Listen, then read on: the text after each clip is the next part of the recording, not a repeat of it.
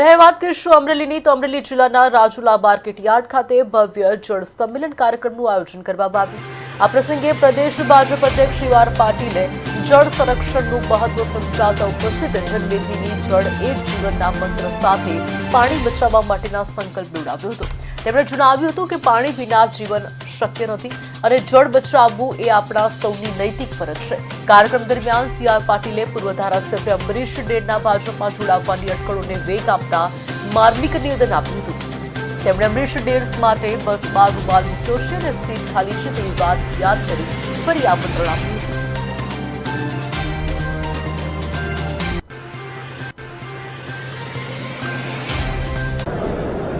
મંત્રી શ્રી કૌશિકભાઈ, મહેશભાઈ કાકડિયાજી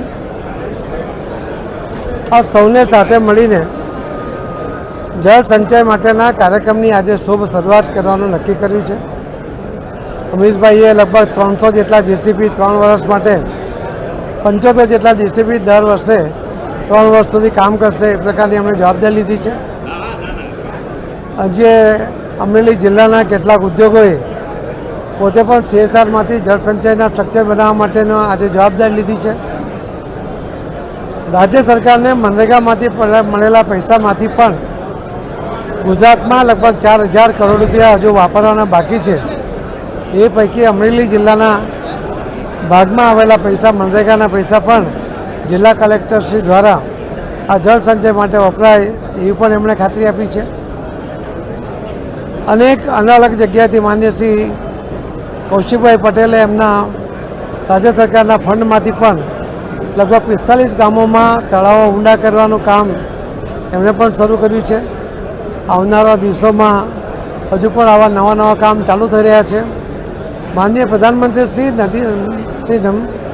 નરેન્દ્રભાઈ મોદી સાહેબ કે એમણે પાણીનો એક સંકલ્પ લઈને જેમ સર્વાંગી વિકાસની વાત તો કરતા જ હોય છે પણ સૌથી વધુ ભાર એમનો પાણી માટે હોય છે કે જળ સંચયનું મહત્ત્વ એ સમજે છે।